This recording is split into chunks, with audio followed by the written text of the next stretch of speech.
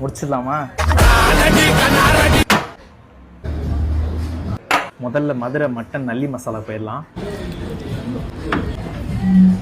Piece எப்படி நல்லா பெருசா இருக்கா?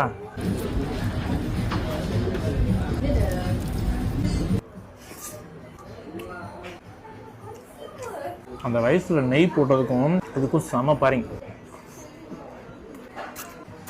அடுத்து கொங்கு நாடு நண்டு மசாலா.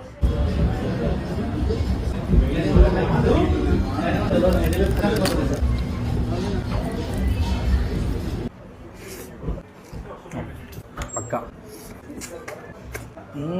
இப்போ நம்ம சாப்பிட்ட நல்லி, நண்டு மசாலா, ஃபிஷ், தந்தூரின்னு சொல்லிட்டு இது எல்லாமே ஒரே காம்போ தான். இந்த காம்போ 4 பேருக்கு மேல நல்லா தாராளமாவே சாப்பிடலாம். இந்த மாதிரி ஃபீஸ்ட் மூடு காம்போஸை கொடுக்குறவங்க தான் சிங்கப்பூர் லிட்டில் இந்தியா ரேஸ்கோஸ் ரோட்ல லொக்கேட் ஆயிருக்க கோவை ஸ்ரீ கொங்குநாடு ரெஸ்டாரண்ட். இவங்களோட காம்போஸோட சேர்த்து நம்ம அலாக்காடும் ஆர்டர் பண்ணியிருந்தோம். சும்மா சொல்லக்கூடாது, இவங்களோட mutton chukka, prawn, tawa fish fry, Chintamani chicken, Pallipalayam chicken, அப்படி இப்படின்னு எல்லாத்தையும் மிக்சிங்க போட்டு அடிச்சா டேஸ்ட் பக்கா. இதுல என்னோட most favourite mutton and sea food item எல்லாமே செம்மையா இருந்துச்சு. ஸ்பெஷலி அவங்களோட ஃபிஷ் ஃபிங்கர் ஃப்ரோசன் ஐட்டம் எதுவும் யூஸ் பண்ணாம அவங்களே ஓனா பண்றதுனால ஃப்ரெஷ்னஸையும் டேஸ்டையும் சூப்பரா பேலன்ஸ் பண்ணியிருந்தாங்க. இவங்களோட தந்தூரி பிளேட்டர்ல எனக்கு மலாய் சிக்கன் ரொம்ப பிடிச்சிருந்துச்சு. ஏன் தனித்தனியா சாப்பிட்டுக்கிட்டு எல்லாத்தையும் எடுத்து மிக்சிங்ல போட்டா டேஸ்ட்.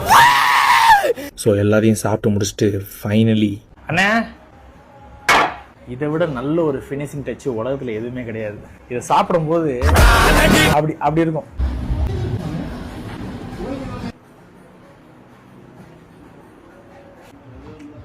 இவங்களோட ஆம்பியன்ஸ் பற்றி சொல்லணும்னா நீட் அண்ட் க்ளீனாக மெயின்டைன் பண்ணியிருந்தாங்க. ஸோ லிட்டில் இந்தியாவுக்கு உங்கள் ஃபேமிலியோட வரும்போது மறக்காம கோவை ஸ்ரீ கொங்குநாடு ரெஸ்டாரண்ட்டுக்கு ஒரு விசிட்டை போடுங்க.